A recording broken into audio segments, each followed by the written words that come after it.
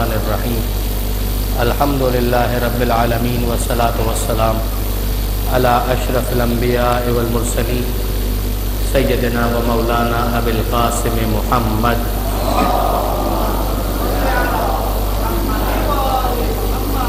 وأهل بیتہ الطیبین الطاہرین المعصومین المظلومین المنتجبین المنتخبین المیامین لا سیما علی الامام المنتظر والحجة الثانی عشر واللعنة الدائمة الباقية على أعدائهم أجمعين من يوم ظلمهم إلى قيام يوم الدين. اللهم إنا نرغب إليك في دولة كريمة تعز بها الإسلام وأهله وتذل بها النفاق وأهله وتجعلنا فيها من الدعاة إلى طاعتك والقادة إلى سبيلك وترزقنا بها كرامة الدنيا والآخرة. رب اشرح لي صدري ويسر لي أمري واحلل عقدة من لساني يفقهوا قولي واجعلني خالصا لوجهك الكريم يا الله. صلوات على محمد.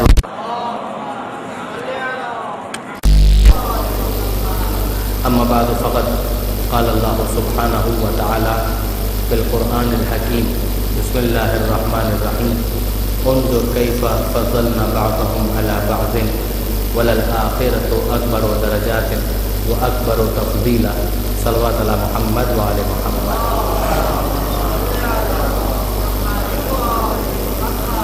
برادران عزیز و خواہران محترم، ظاہر ہے کہ موضوع آپ کے پیش نظر ہے کہ صفائی کے اندر بھی ہم معیار کے قائل ہوتے ہیں کہ ایک نچلے لیول کی صفائی ہو سکتی ہے، ایک اس سے اوپر لیول کی صفائی ہو سکتی ہے، ایک سپرلیٹو ڈگری پر بھی صفائی ہو سکتی ہے. مگر جب ہم یہ کہتے ہیں کہ یہ فرق ہے تو اس کا مطلب یہ ہے کہ ہم نے کم از کم فرق کو قبول کیا. اب بہت ساری چیزیں ایسی ہیں کہ جن کا تعلق فزیکل ورلڈ سے ہے، اس مادی دنیا کے ساتھ ہے، جس کو ہم اپنی آنکھوں سے محسوس کر پاتے ہیں، جس کو ہم چھو کر محسوس کر لیتے ہیں، اپنے فائیو سینسز کے ذریعے سے اس فرق کا ہم احساس کر پاتے ہیں.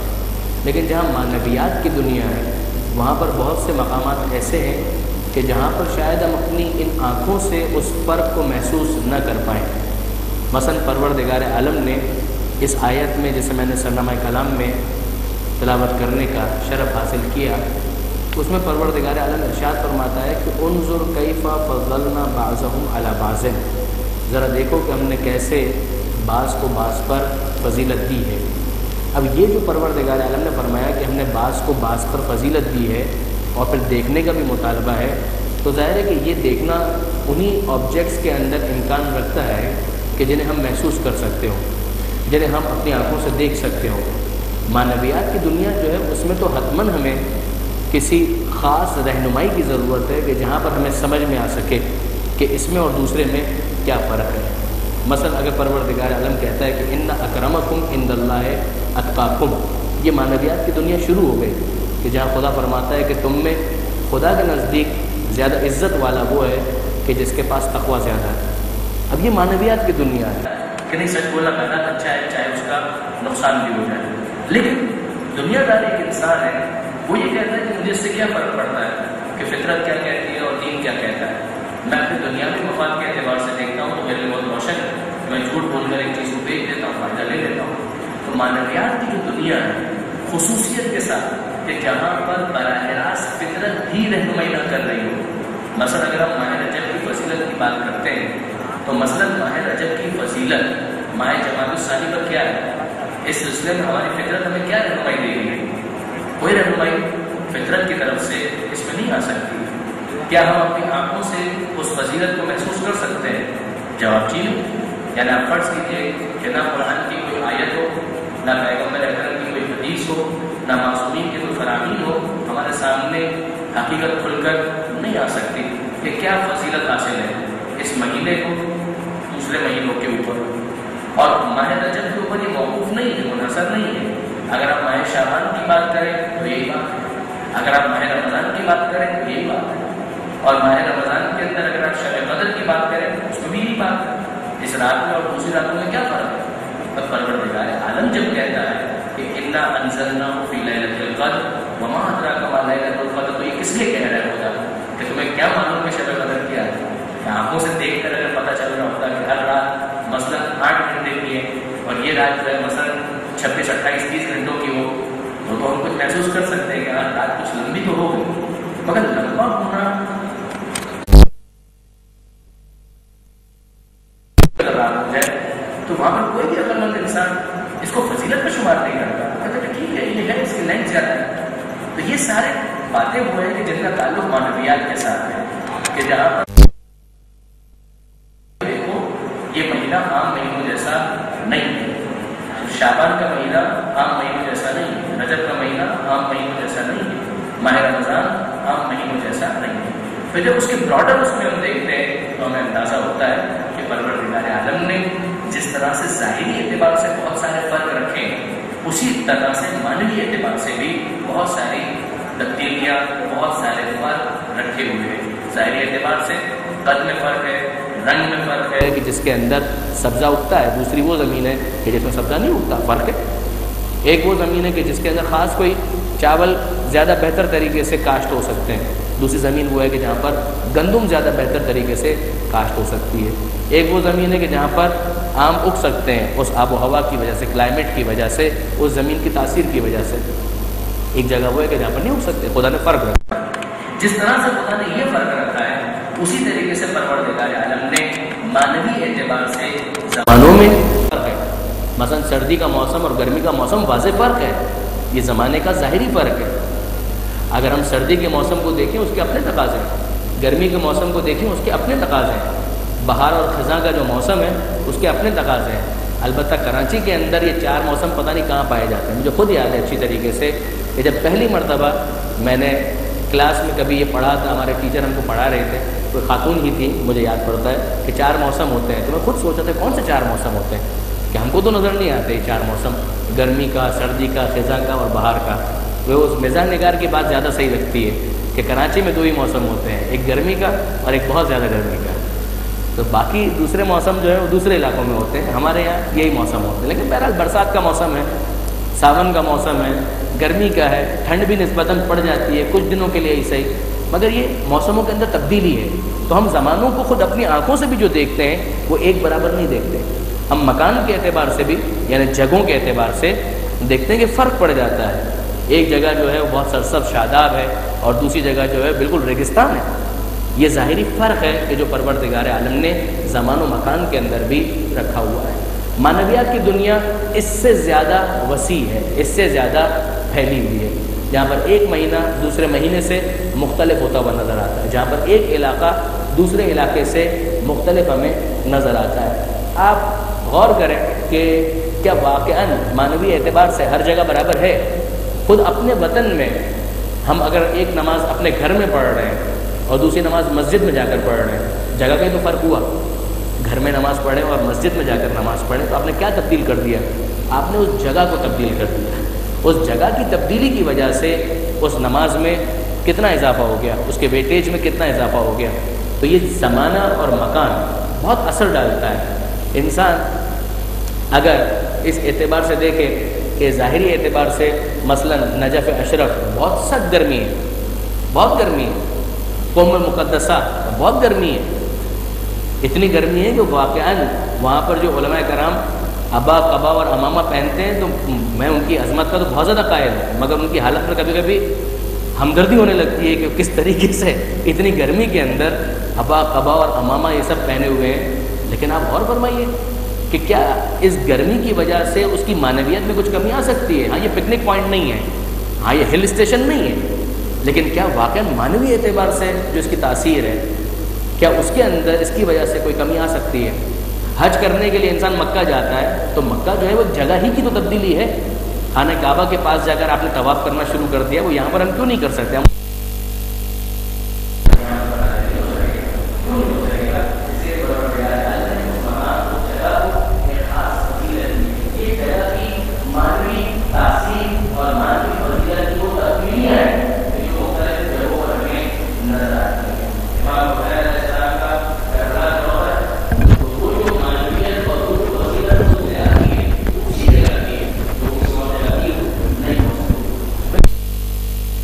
ماہ رجب، ماہ شعبان اور ماہ رمضان، یہ 3 مہینوں کا ایک عجیب پیکیج ہے کہ جو پروردگار عالم نے رکھا ہوا ہے۔ اچھا خدا وہی خدا ہے یعنی اس میں امپورٹنٹ یہ سمجھنا کہ جو واقعاً ہمارے وہابی بھائی ان باتوں کو نہیں سمجھ پاتے کہ اگر آپ دیکھیں تو خدا وہی خدا ہے. خدا میں کیا فرق آ گیا؟ کیا ہم یہ کہہ سکتے ہیں کہ مثلا خدا نے جو زمانے کے اندر شب جمعہ کو ایک خاص اہمیت دی ہے، یہ چلے جمعے کے دن کو، اس میں تو سبھی مانتے ہیں کہ خدا نے ایک خاص اہمیت دی ہے جمعے کے دن کو، کہ جمعے کے دن آؤ نماز جمعہ پڑھو، پروردگار عالم سے مناجات کرو، راز و نیاز کرو. تو کیا ہم یہ کہیں کہ مثلا سارا ہفتہ خدا بہت بزی ہوتا ہے، جمعے کے دن خدا فارغ ہوتا ہے، اس لیے پروردگار نے جمعے کے دن اپوائنٹمنٹ دی ہے سب کو کہ بھائی سارے دوسرے کام چھوڑ کر میں جمعے کو تمہاری بات سنوں گا؟ ایسا نہیں.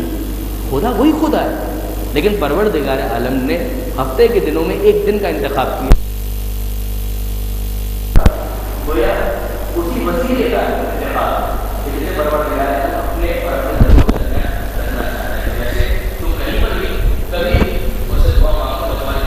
قبول کرنے کے لیے تیار ہوں. مگر جو بات جمعے کی ہے وہ عام دنوں کی نہیں ہے. یہ جمعے کو اہمیت دینا یہ اس کے وسیلے ہونے کا اعلان ہے. اسی طریقے سے اگر آپ دیکھیں کہ اگر پروردگار عالم خانہ کعبہ کے پاس بلاتا ہے، مسجد میں بلاتا ہے، میدان عرفات میں بلاتا ہے، مزدلفہ اور منی میں بلاتا ہے، تو ایسا نہیں ہے کہ پروردگار عالم وہاں پر ذرا خلوت میں اپنے بندوں سے بات کرنا چاہتا ہے. نہیں، ایسا نہیں ہے. پروردگار عالم خدا وہی خدا ہے، لیکن خدا نے مکان میں بھی کچھ جگہوں کو منتخب کیا ہے کہ وہ اپنے اور اپنے بندوں کے درمیان ان جگہوں کو وسیلہ بنانا چاہتا ہے. بالکل اسی طریقے سے ماہ رجب، ماہ شعبان اور ماہ رمضان کا معاملہ بھی ایسا ہی ہے. بعض احباب ایک بہت اچھی بات کہتے ہیں، جیسے میں اپنے الفاظ میں اگر کہوں کہ ایسا محسوس ہوتا ہے کہ پروردگار عالم نے ماہ رجب کو وارم اپ میچز کے طور پر رکھا ہوا ہے، ماہ رجب اور ماہ شعبان کو نیٹ پریکٹس کے لیے رکھا ہوا ہے، تاکہ ماہ رجب اور شعبان کے اندر نیٹ پریکٹس کر کے وارم اپ میچ کھیل کر اب اس کے بعد اگر اگلے میچز کھیل لیں اور جیت جائیں تو کپ اپنا ہو جائے گا. تو وہ کب اپنا ہوگا کہ نہیں ہوگا، لیکن یہ والا کپ تو بہرحال انشاءاللہ اپنا ہو جائے گا. پروردگار عالم نے رجب اور شعبان کو اسی انداز سے رکھا ہوا ہے کہ ماہ رجب ہے، ماہ شعبان ہے، انسان اس میں آمادہ ہو جائے.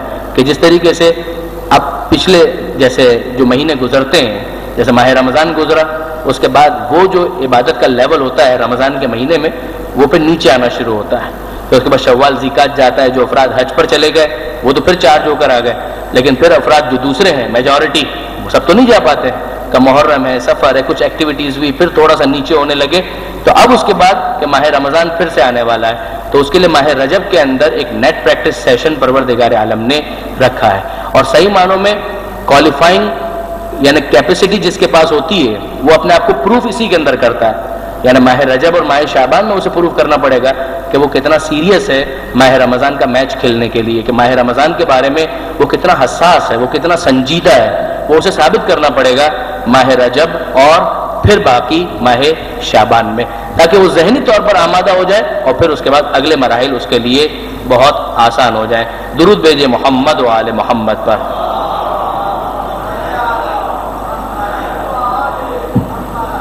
اب یہ ماہ رجب کے حوالے سے ایک بہت اہم چیز جو ہمارے سامنے آتی ہے، جس کی طرف خود قرآن مجید نے بھی متوجہ کیا، وہ یہ ہے کہ ماہ رجب ان 4 مہینوں میں شامل ہے جسے محترم مہینے کہا گیا. یعنی یہ 4 مہینے وہ ہیں کہ جیسے ایون اسلام کے آنے سے پہلے کفار بھی محترم مانتے تھے. دیکھیے ایک لیونر کیلنڈر یا قمری جو کیلنڈر ہمارا ہے، وہ کیلنڈر اپنی جگہ پر 12 مہینوں پر مشتمل ہے. پھر اس کا آغاز کہاں سے مانا جائے وہ ایک الگ بحث ہے.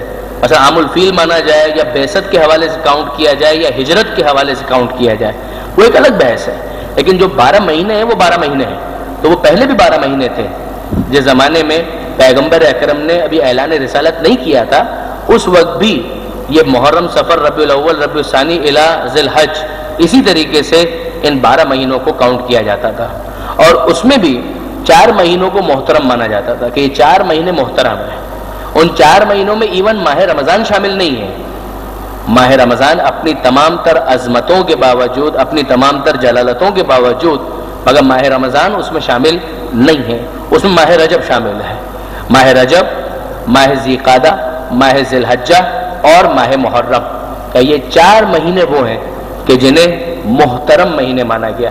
کہ اس میں وہ لوگ بھی، ایون جاہل عرب بھی، جنگ و جدال سے پرہیز کرتے تھے. وہ کہتے تھے کہ نہیں، جنگ و جدال ان 4 مہینوں کے اندر ہمیں نہیں کرنا، اس کے اندر ہم تلوار نہیں اٹھائیں گے. اور اس احترام کو ایون مسلمانوں نے اسلام کے آنے کے بعد خدا کے حکم سے باقی رکھا تھا. البتہ احمقانہ نہیں، یعنی واقعاً عاقلانہ، کہ اگر کوئی تم پر حملہ کرے تو تم اپنا دفاع کر سکتے ہو، لیکن اگر تم خود اپنے طور پر جہاد ابتدائی اگر اس کا جواز بھی ہو تو بھی ان 4 مہینوں کے اندر تلوار نہیں کھینچی جائے گی، ان 4 مہینوں میں جنگ نہیں کی جائے گی. البتہ اگر آپ کو یاد ہو جو کچھ سالوں پہلے حزب اللہ کی جنگ ہوئی تھی، وہ بھی رجب کے مہینے میں ہوئی تھی، وہ بھی رجب کے مہینوں میں ہوئی تھی. تو اس موقع پر بھی ہم نے یہ گزارش کی تھی ایک ٹی وی چینل کے اوپر ہی کہ اگر یہ ذہن کے اندر آ جائے کہ رجب کا مہینہ جو ہے وہ تو محترم مہینہ ہے، تو اس میں جنگ کیسے ہو رہی ہے؟ کہ جنگ مسلط کی گئی ہے، جنگ خود سے نہیں کی جا رہی ہے، جنگ مسلط کی گئی ہے. حملہ غاصب کی طرف سے، حملہ جارے کی طرف سے، حملہ سامراج کی طرف سے ہوا ہے، تو دفاع نہ کرنے کا حکم نہیں دیا گیا ہے. دفاع عاقلانہ ہے، دفاع لاجیکل ہے کہ دفاع تو بہرحال کیا جائے گا، لیکن اگر خود سے حملہ کرنے کا واقعاً جینون ریزن بھی موجود ہو تب بھی تلوار کو روکا جائے گا، جنگ کا اعلان نہیں کیا جائے گا، جہاد کا اعلان اور قتال کا اعلان نہیں کیا جائے گا. یہ وہ حکم اسلامی ہے کہ جسے اسلام نے ان جاہل عربوں کی کچھ اچھی چیزوں کو اسلام نے مینٹین کیا. کیا ٹھیک ہے؟ جو اچھی چیز ہے تو ٹھیک ہے، ہمیں انسان سے کوئی اناد نہیں ہے، اگر کوئی اچھی چیز ہے تو اس کو باقی رکھا جا سکتا ہے، لہذا اس کو اسلام نے مینٹین کیا. یہ 4 مہینوں میں، رجب میں بھی، ذی القعدہ میں بھی، ذی الحجہ کے اندر اور محرم میں. جیسے کہ میں نے گزارش کی کہ ایون ماہ رمضان بھی اس کے اندر شامل نہیں ہوتا. پھر اس کے بعد بات آتی ہے نسبت کی. یعنی عجیب ہے کہ ماہ رجب، ماہ شعبان اور ماہ رمضان، اس میں آپ نے ماہ رمضان کے لیے یقیناً سنا ہوگا کہ شہر اللہ، عربی کے اندر شہر کہتے ہیں مہینے کو، کہ شہر اللہ یعنی یہ اللہ کا مہینہ ہے. شعبان کا مہینہ کہا کہ یہ پیغمبر اکرم کا مہینہ ہے، اور رجب کا مہینہ کہا کہ یہ اہل بیت کا مہینہ ہے. تو اہل بیت کا مہینہ رجب کا، شعبان کا رسول خدا کا مہینہ، اور پھر ماہ رمضان یہ اللہ کا مہینہ. یعنی یہ سیکوینس بھی کتنا لاجیکل لگتا ہے کہ رجب کے بعد شعبان آتا ہے، رجب کو کراس کیے بغیر شعبان نہیں آئے گا، اور شعبان کو کراس کیے بغیر رمضان نہیں آئے گا. تو جس طریقے سے رجب کو کراس کیے بغیر شعبان تک نہیں جا سکتے، اور شعبان کو کراس کیے بغیر ماہ رمضان تک نہیں جا سکتے، کہ اسی طریقے سے اہل بیت تک پہنچے بغیر پیغمبر اکرم تک نہیں پہنچ سکتے، اور پیغمبر اکرم تک پہنچے بغیر خدا تک نہیں پہنچ سکتے. یہ وہ ایک بنیادی کانسیپٹ کہ پروردگار عالم کا، وہ اپنی جگہ پر، لیکن وہ معرفت کی کچھ گہرائی، حق کے معرفت تو ادا ہونا ناممکن ہے، لیکن وہ جو بنیادی جو انسان کے ذہن میں کانسیپٹ ہے، اس کانسیپٹ کو جو ڈیولپ کرنے والی بات ہے وہ کہاں سے ہوگی؟ کہ وہ اہل بیت کے ذریعے سے، اہل بیت سے پیغمبر اکرم، پیغمبر اکرم سے پھر خدا، کہ یہ ایک سیکوینس اور یہ آرڈر بنے گا. اچھا، یہاں پر ایک اور روایت بھی ہے. یہ تو ایک روایت ہے کہ جس کے مطابق کہ ماہ رجب کے اہل بیت کا مہینہ، کہ ماہ شعبان کا وہ پیغمبر اکرم کا مہینہ، اور ماہ رمضان کا کہ یہ خدا کا مہینہ. ایک اور روایت ہے جس کے مطابق کہ رجب خدا کا مہینہ، رجب خدا کا مہینہ، شعبان کا وہ پیغمبر کا مہینہ، وہ اسی طریقے سے. اور پھر اس کے بعد ماہ رمضان کا یہ امت کا مہینہ ہے، یہ امت کا مہینہ ہے. ماہ رجب کا اللہ کا مہینہ، شعبان کا اللہ کے رسول کا مہینہ، اور پھر ماہ رمضان امت کا مہینہ. آپ یوں شروع کریں یا یوں شروع کریں، کوئی خاص فرق پڑے گا نہیں. ماہ رمضان اللہ کا مہینہ اور امت کا مہینہ، شعبان پیغمبر اکرم کا مہینہ، اور ماہ رجب کا اہل بیت کا بھی مہینہ ہے اور پروردگار عالم کا بھی مہینہ ہے. یعنی نسبت دونوں کی طرف ہے، دونوں طرف یہ نسبت دی گئی. آل محمد کا مہینہ اور اسی طریقے سے پروردگار عالم کا مہینہ، کہ گویا اتحاد ہے. ایسا نہیں ہے کہ یہ راستہ کسی اور طرف لے جائے گا، یہ راستہ خدا ہی کی طرف لے کر جائے گا. یعنی ان دونوں نسبتوں کو اگر ہم جمع کریں کہ اہل بیت کی طرف بھی نسبت دی گئی اور خدا کی طرف بھی نسبت دی گئی، مگر یہ نسبتیں خود بتاتی ہیں کہ یہ مہینہ کتنا امپورٹنٹ ہے، کہ اسے ایک طرف اہل بیت سے منسوب کیا جا رہا ہے اور دوسری طرف خود خدا سے اس مہینے کو منسوب کیا جا رہا ہے. اس کے بعد اگر ہم فقط مناسبتیں گننا شروع کریں کہ اس مہینے میں مناسبتیں کتنی ہیں، شاید کسی اور مہینے کے اندر شاید اتنی مناسبتیں آپ کو نظر نہیں آئیں گی کہ جتنی اس ایک مہینے کے اندر آپ کو مناسبتیں نظر آئیں گی. اور مختلف ڈائمنشنز ہیں. کچھ ولادت کی تاریخیں ہیں، کچھ شہادت کی تاریخیں ہیں، کچھ دشمنوں کی ہلاکت کی تاریخیں ہیں، کچھ فتوحات کی تاریخیں ہیں، کچھ جنگیں ہیں کہ جو فتح ہوئی ہیں اسی مہینے کے اندر. آپ اگر سٹارٹ سے ہی دیکھیں کہ مثلا یکم رجب ہے تو یکم رجب 5ویں امام کی ولادت، اور یکم رجب کے فوراً بعد 3 رجب کا یہ امام علی النقی علیہ السلام کی شہادت کی تاریخ. اس کے بعد پھر 5 رجب یہ ایک مرتبہ پھر امام علی النقی علیہ السلام کی ولادت کی تاریخ بنتی ہے.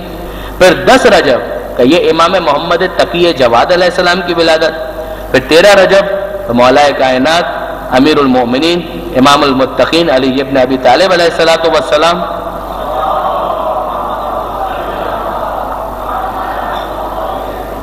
یہ مولا کی ولادت بنتی ہے. 7 رجب جو ہم نے مس کر دی، البتہ وہ 7 رجب ایک قول کے مطابق حضرت ابو الفضل عباس کی ولادت کی تاریخ، زیادہ معتبر قول بہرحال 4 شعبان کا ہے، لیکن 7 رجب کا بھی ایک قول موجود ہے. اس کے بعد پھر 15 رجب کے حوالے سے 2 ضعیف روایتیں. ایک ضعیف روایت ہمارے جناب زینب سلام اللہ علیہ جناب زینب سلام اللہ علیہ کے حوالے سے یہ روایت بنتی ہے. ایک روایت بنتی ہے چھٹے امام کی شہادت کے حوالے سے کہ چھٹے امام کی شہادت 15 رجب کو ہوئی، البتہ ضعیف روایت ہے. زیادہ معتبر روایت جو ہے وہ 15 شوال اور پھر 25 شوال کی ہے.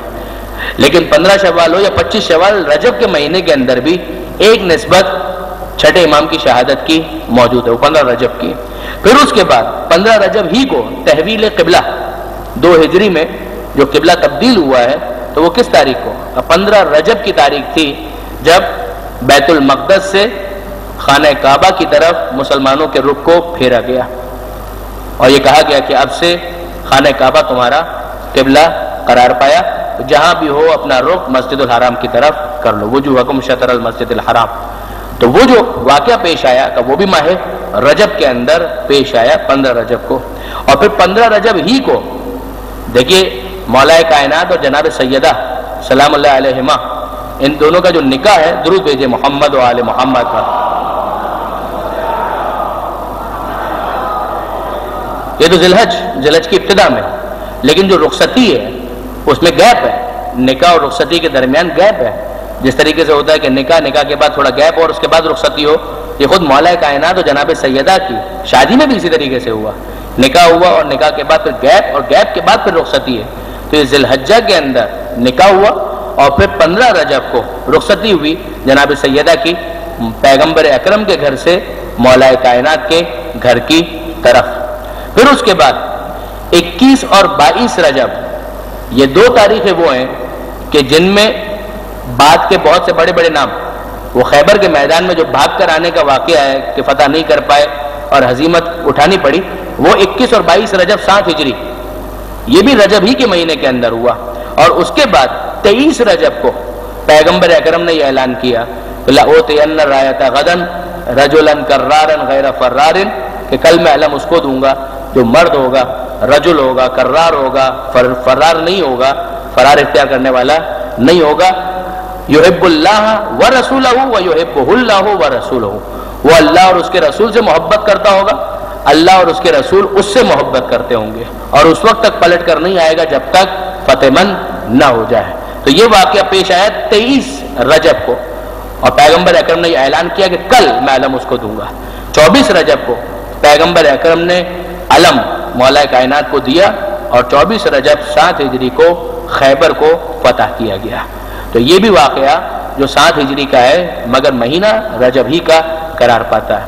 22 رجب کو مرگ امیر شام جس کی مناسبت سے بہرحال اس مناسبت سے یا کسی بھی مناسبت سے بہرحال وہ جو کنڈو وغیرہ کا سلسلہ بھی ہوتا ہے اور نیاز وغیرہ کا سلسلہ بھی ہوتا ہے، وہ بھی اپنی جگہ پر اگر اباحت کے ساتھ مباح کی نیت سے کیا جائے تو کوئی اشکال کوئی حرج اس کے اندر نہیں ہے. پھر 25 رجب 183 ہجری 7ویں امام موسی کاظم علیہ السلام کی شہادت کی تاریخ ہے.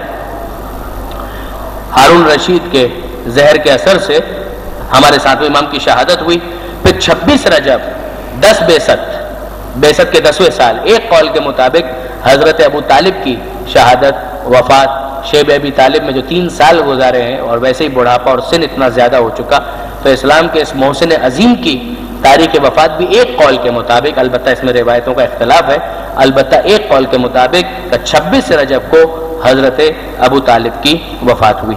پھر 27 رجب کی شب اور 27 رجب کا دن، یہ دونوں بہت اہم ہیں کہ شب 27 رجب کہ یہ وہ شب ہے کہ جس میں سبحان الذی اسری بعبدہ لیلا من المسجد الحرام الی المسجد الاقصی الذی بارکنا حولہ لنریہ من آیاتنا، کہ بے عیب ہے وہ ذات کہ جو اپنے بندے کو ایک ہی رات میں مسجد حرام سے مسجد اقصی تک لے گئے، لنریہ من آیاتنا، تاکہ اسے اپنی نشانیاں دکھا سکے۔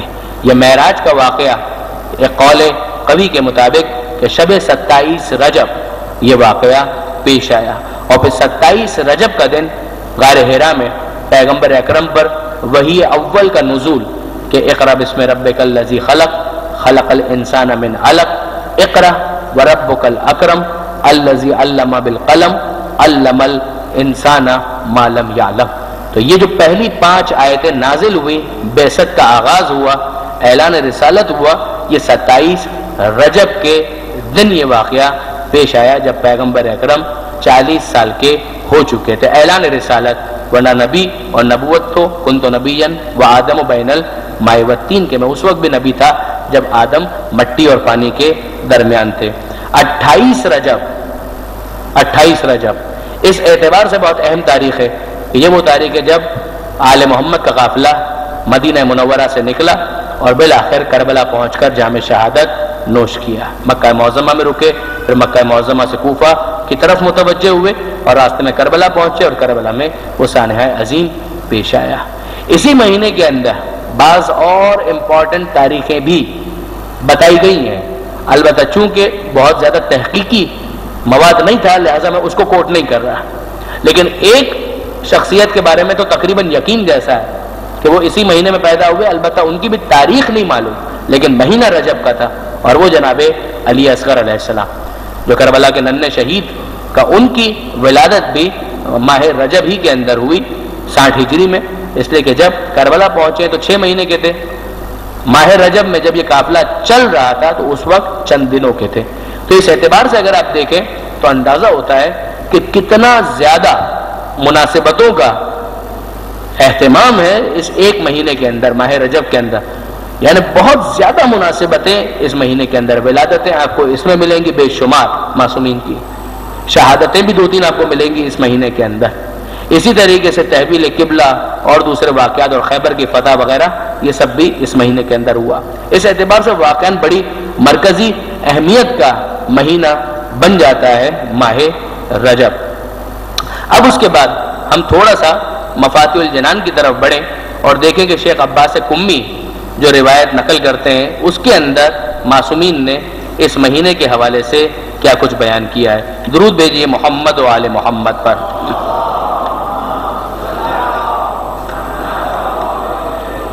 یہ بات ذہن میں رکھنے کی ہے کہ معصومین نے جو کچھ بیان کیا ہے مختلف مہینوں کے حوالے سے وہ اتنا زیادہ ہے کہ اسے کسی ایک کتاب کے اندر جمع نہیں کیا جا سکتا، یعنی بہت ساری کتابیں اس حوالے سے اویلیبل ہیں۔ یہ خود ماہ رجب کے بارے میں، ماہ شعبان کے بارے میں، رمضان کے مہینے کے بارے میں، دعاؤں کے بارے میں اتنا لٹریچر ہے کہ مفاتیح الجنان بہت مشہور کتاب ہے، لیکن ایسا نہیں کہ صرف یہی ایک کتاب ہے کہ جس کے اندر ان اعمال وغیرہ کو جمع کیا گیا ہے، بلکہ دیگر کئی کتابیں ہیں۔ اگر میں غلطی نہیں کر رہا ہوں تو شیخ صدوق نے مستقل ایک کتاب لکھی ہے ان 3 مہینوں کے فضائل کے بارے میں، رجب، شعبان اور ماہ رمضان۔ اس کے علاوہ بھی اگر ہم مختلف دوسری کتابوں کو دیکھتے ہیں تو اس کے اندر زیارتوں کے بارے میں، دعاؤں کے بارے میں بہت مواد آل محمد سے ہم تک پہنچا ہے۔ خصوصیت کے ساتھ ماہ رجب کے بارے میں شیخ عباس قمی کے ارشاد فرماتے ہیں کہ رجب کے مہینے کے اعمال اور فضیلت میں یہ فصل ہے، یعنی یہ والا جو چیپٹر ہے ہمارا، یہ رجب اور شعبان کے مہینے کی فضیلت کے بارے میں ہے۔ فرماتے ہیں جاننا چاہیے کہ رجب اور شعبان اور رمضان کے مہینے کافی فضیلت والے ہیں اور ان کی فضیلت میں بہت روایات وارد ہوئی ہیں، بلکہ جناب رسول خدا صلی اللہ علیہ وآلہ وسلم سے روایت ہے۔ اب یہ وہی روایت جو میں آپ کی خدمت میں عرض کر چکا ہوں کہ رجب کا مہینہ اللہ کا بہت بڑا مہینہ ہے اور کوئی مہینہ بھی اس کے احترام اور فضیلت کو نہیں پہنچ سکتا۔ کافروں سے لڑائی اس مہینے میں حرام ہے، جس کی تشریح میں نے گزارش کی۔ رجب اللہ کا مہینہ، شعبان میرا مہینہ اور رمضان المبارک میری امت کا مہینہ ہے. جو شخص رجب کے ایک دن روزہ رکھے گا اللہ کی بہت بڑی خوشنودگی کا مستحق ہوگا. اب آپ دیکھیں گے کہ روزے کے حوالے سے کتنی تاکید، بار بار تاکید آئے گی، روزہ روزہ روزہ روزہ. یہ ماہ رجب کا روزہ، ماہ رجب کا روزہ، اور اس کی وجہ ثواب، پروردگار عالم کا قبول کرنا، پروردگار عالم کا راضی ہونا، جنت میں یہ مل جائے گا وہ مل جائے گا. اتنے انسینٹیوز بیان کیے گئے، وجہ سمجھ میں آتی ہے کہ گویا ذہنی طور پر آمادہ کیا جا رہا ہے کہ ماہ رجب میں انسان روزے رکھے، ثواب بھی حاصل کرے اور اپنے آپ کو تیار کرے ماہ رمضان کے لیے، تاکہ ماہ رمضان میں اچانک روزوں کا سامنا نہ کرنا پڑے. ماہ رجب ہی کے اندر انسان اتنا تیار ہو چکا ہو کہ پھر اگر ماہ رمضان میں روزہ وہ رکھے تو اسے خستگی کا احساس اتنا زیادہ نہ ہو. ظاہر ہے کہ practice makes a man perfect, perfection کی طرف انسان جانے لگتا ہے.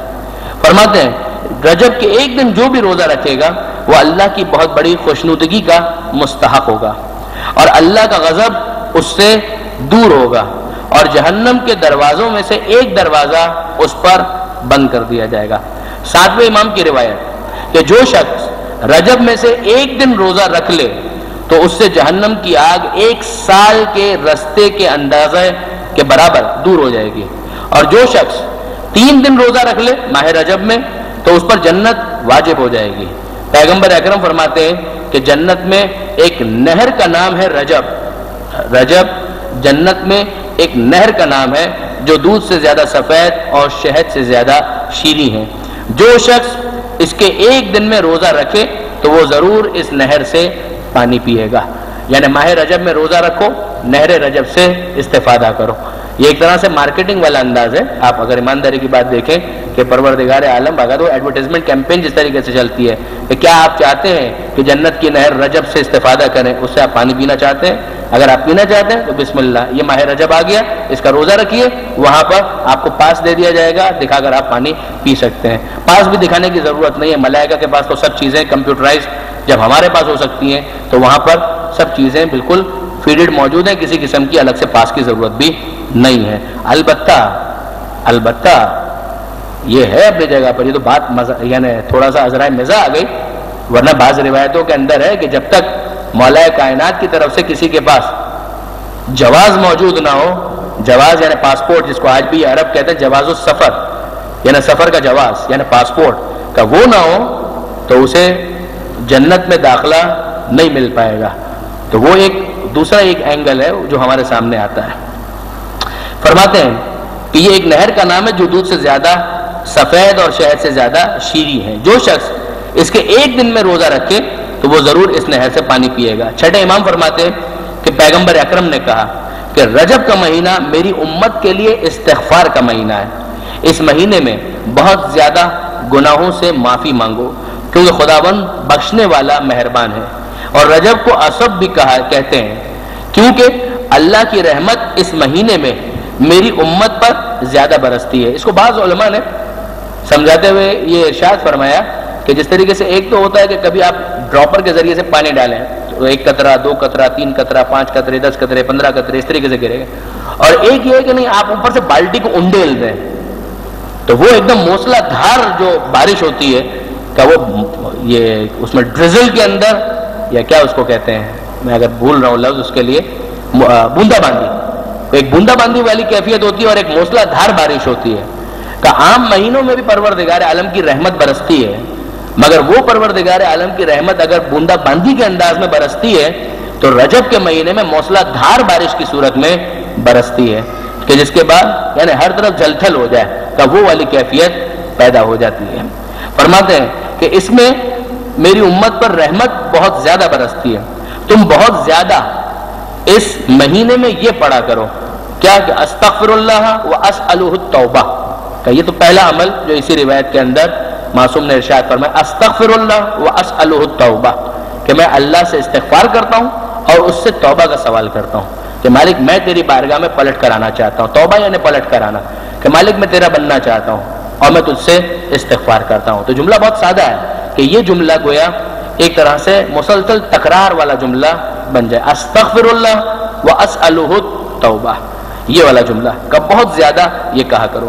شیخ عباس گمی آگے لکھتے ہیں کہ ابن بابوئی نے معتبر سند سے سالم سے روایت کی ہے کہ اس نے کہا کہ میں رجب کے آخر میں، رجب کے بالکل اختتام پر چھٹے امام کی خدمت میں حاضر ہوا. جب حضرت کی نظر مبارک مجھ پر پڑی تو آپ نے فرمایا، ابھی جملہ آپ دیکھیں، یعنی امام کا سوال کرنا، آپ امام سوال کر رہے ہو، سوال کیا ہے؟ کیا تم نے اس مہینے میں روزہ رکھا؟ یعنی کہ باقاعدہ اصرار کے ساتھ یہ سوال، کیا تم نے اس مہینے میں روزہ رکھا؟ یہ ایسا ہے کہ یعنی اگر نہیں رکھا ہے تو تم نے بہت بڑی چیز مس کر دی.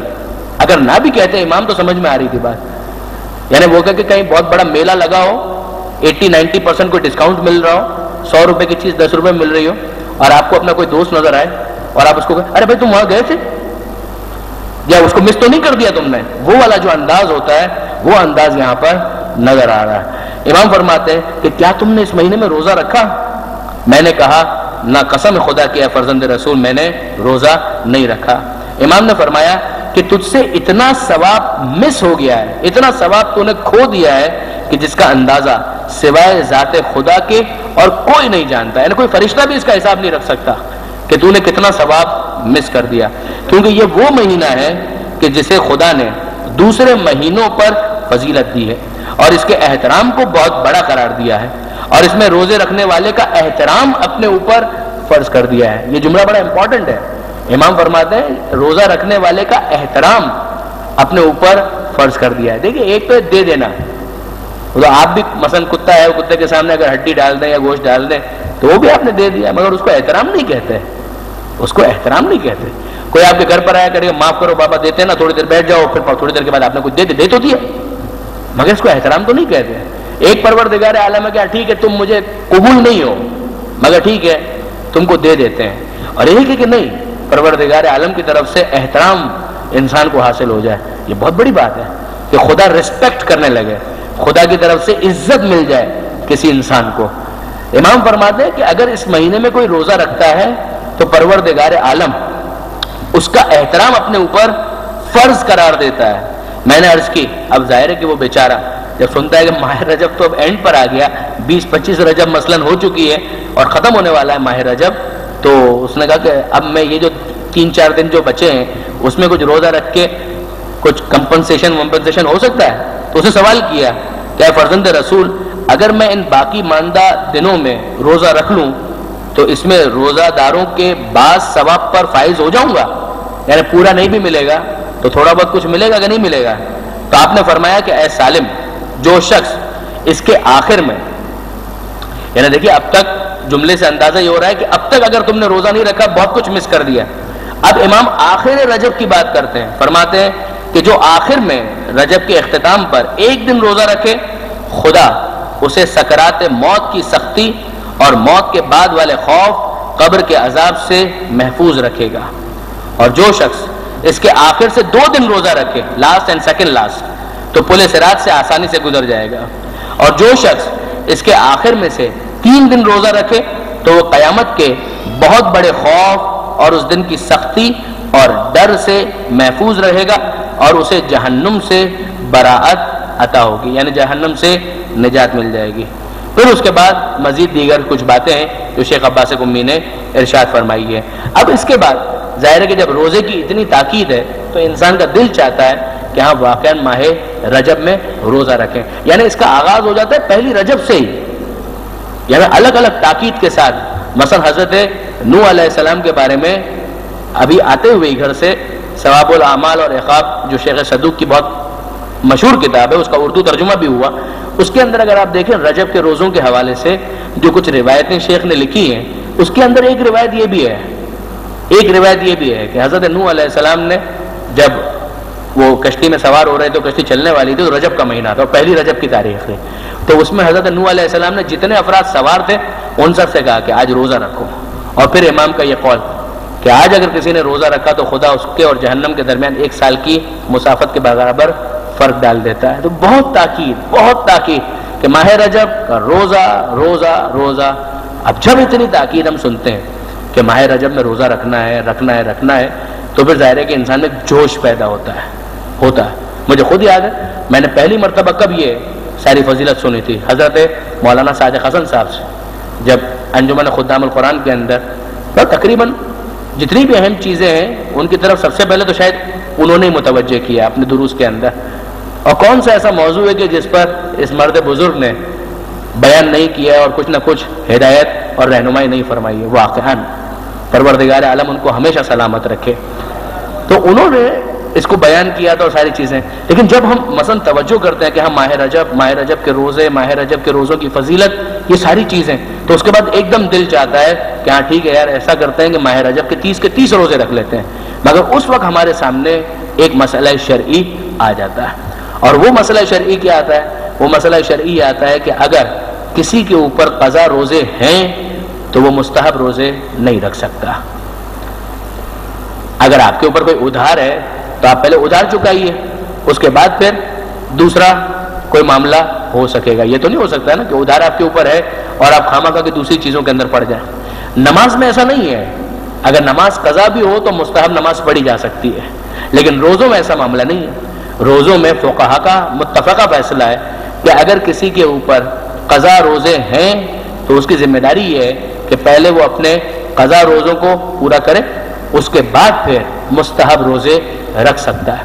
یہ مسئلہ اس لیے اور بھی امپورٹنٹ بن جاتا ہے کہ شریعت کے حکم کے مطابق پچھلے رمضان میں جو ماہ رمضان گزر گیا، اس میں اگر کسی کا کوئی روزہ قضا ہو گیا تھا تو اس کی ذمہ داری ہے کہ اگلے ماہ رمضان سے پہلے اپنے اس ادھار کو ختم کرے، اپنی اس لائبلٹی کو ختم کرے، اس ادھار کو چکائے. یعنی وہ روزہ اگر پچھلے ماہ رمضان میں 2 روزے، 3 روزے، 5 روزے، 10 روزے خدا نہ کرے کسی بھی وجہ سے، جان بوجھ کے تو کون چھوڑتا ہے، میں توقع نہیں کرتا، سفر کی وجہ سے، بیماری کی وجہ سے، کسی بھی وجہ سے اگر روزے چھوٹ گئے تھے، خواتین کے مخصوص ایام کی وجہ سے اگر روزے نہیں رکھ سکے تو پھر ذمہ داری یہ ہے کہ پہلے ان روزوں کو رکھے اور اس کے بعد پھر مستحب روزوں کی نیت سے روزہ رکھا جائے. اب اس میں بعض علماء کا یہ قول واقعاً بڑا لطیف ہے. وہ فرماتے ہیں کہ بعید ہے پروردگار عالم سے کہ اگر ماہ رجب کے اندر کوئی اپنے قضا روزے رکھے تو پروردگار عالم اس خاص ثواب سے اسے محروم کر دے. جب پروردگار عالم اس کا خزانہ، اس کی کوئی حد تو نہیں ہے، وہ تو دینا چاہتا ہے اپنے بندوں کو. تو اگر بندہ اس طرف اور تڑپ کے ساتھ کہ مالک قضا روزے ہیں میں کیا کروں، لیکن اسی بہانے میں قضا روزے تو رکھ رہا ہوں، تو بعید ہے کہ پروردگار عالم اسے ماہ رجب کے مستحب روزوں کے ثواب سے محروم کرے. تو ایک پن دو کاج ہو جائے گا، ایک تیر سے 2 شکار، کہ قضا روزے بھی ہو گئے اور ساتھ ساتھ مستحب روزوں کا ثواب بھی انسان کو حاصل ہو گیا. یہ بہترین موقع ہے کہ انسان ماہ رجب کے اندر یہ دونوں کام انجام دے لے کہ قضا روزے بھی ہو گئے اور مستحب کا ثواب بھی مل گیا. البتہ نیت قضا روزے کی ہی ہوگی. ایک مرتبہ قضا روزے مکمل ہو جائے پھر اس کے بعد مستحب روزے رکھے جا سکتے ہیں. البتہ امام خمینی اور آیت اللہ خامنائی کے نزدیک تو اگر کسی قسم کا بھی کوئی روزہ ذمے پر ہے، چاہے وہ نظر کا ہو چاہے کوئی اور ہو، اس کے ہوتے ہوئے بھی پھر مستحب روزہ نہیں رکھا جا سکتا. لیکن آخوئی اور آگے سیستانی فرماتے ہیں کہ نہیں، صرف قضا روزہ جو رمضان کا ہے اگر وہ ہے تو پھر اس کی موجودگی میں مستحب روزہ نہیں رکھا جا سکتا.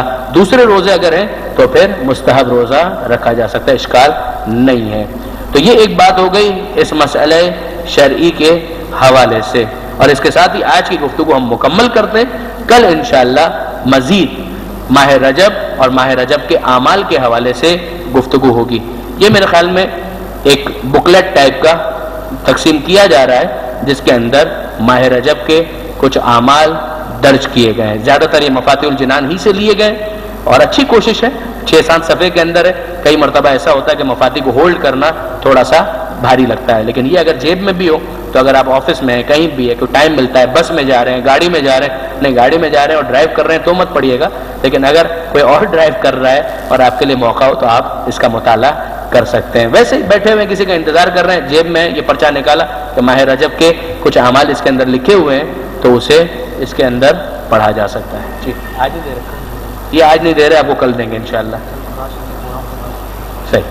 اور دوسرا اعلان یہ ہے کہ کل انشاءاللہ محفل شیخ خراسان کے پروگرام کے بعد یہاں پر فوراً پروگرام شروع ہو جائے گا. تو یہ انشاءاللہ کل آپ کے درمیان تقسیم کیا جائے گا. اور انشاءاللہ کل دیگر اعمال کے علاوہ عمل ام داؤد کے حوالے سے بھی کچھ گزارشات پیش کرنے کی سعادت حاصل کریں گے کہ جس کے بارے میں بعض محدثین نے یہ جملہ لکھا ہے کہ یہ عمل اگر کوئی کرے آزما کر دیکھیں کہ انشاءاللہ اس کی دعا ضرور بضرور قبول ہوگی. یہ واقعاً جملہ محدثین کا لکھنا کہ آزما کر دیکھیں، ہم یہ تجربہ کر چکے ہیں، یہ اتنا معمولی جملہ نہیں ہے، واقعاً بڑا اہم جملہ ہے۔ عمل ام داؤد اور دیگر اعمال ماہ رجب کے حوالے سے انشاءاللہ العزیز کل گفتگو ہوگی۔ پروردگار عالم سے دعا کرتے ہیں، مالک تجھے واسطہ محمد و آل محمد کا ہمارے اس قلیل توسل کو اپنی بارگاہ میں شرف قبولیت عنایت فرما۔ مالک تجھے واسطہ محمد و آل محمد کا ماہ رجب آنے والا ہے، جو تیرا بھی مہینہ ہے، اہل بیت کا بھی مہینہ ہے، وہ کام کہ جس سے تو اور اہل بیت راضی ہوں اس مہینے میں انجام دینے کی ہمیں توفیق عطا فرما۔ مالک تجھے واسطہ محمد و آل محمد کا، آل محمد کے ماننے والے چاہنے والے جہاں کہیں بھی آباد ہیں ان کی جان مال عزت و آبرو کی حفاظت فرما۔ مالک تجھے واسطہ محمد و آل محمد کا بیماروں کو شفاء کامل اور عاجل عطا فرما، بے روزگاروں کو رزق حلال عطا فرما، جو برسر روزگار ہیں ان کے رزق میں برکت اور کثرت عطا فرما، جو بے اولاد ہیں انہیں اولاد صالح عطا فرما، جو صاحبان اولاد ہیں انہیں اولاد کی صحیح تربیت کی توفیق عطا فرما۔ مالک ہمیں اپنے گھرانے کی اصلاح، اپنے اداروں کی اصلاح، خصوصاً اپنے تعلیمی اداروں کی اصلاح زمانے کے امام کی خواہشات کے مطابق کرنے کی توفیق عطا فرما۔ مالک تجھے واسطہ محمد و آل محمد کا تمام علماء کرام، مراجع اعظام اور مقام معظم رہبری کی حفاظت فرما، انقلاب اسلامی کی حفاظت فرما، اس انقلاب کو زمانے کے امام کے انقلاب سے متصل فرما، اس انقلاب کے دشمنوں کو نیست و نابود فرما۔ مالک تجھے واسطہ محمد و آل محمد کا وطن عزیز پاکستان کو استحکام عطا فرما، وطن عزیز کو ہر قسم کی داخلی خارجی پریشانیوں سے محفوظ فرما۔ مالک پاک فوج کو موجودہ جنگ میں فتح و نصرت اور غلبہ عطا فرما، وطن عزیز سے دہشت گردی اور دہشت گردوں کا خاتمہ فرما۔ مالک ہمارے شہداء کے قاتلوں کو نیست و نابود فرما، مالک ہمارے شہداء کے درجات بلند ہیں انہیں بلند تر فرما۔ مالک پاک فوج کے شہداء کی شہادت کو اپنی بارگاہ میں قبول فرما۔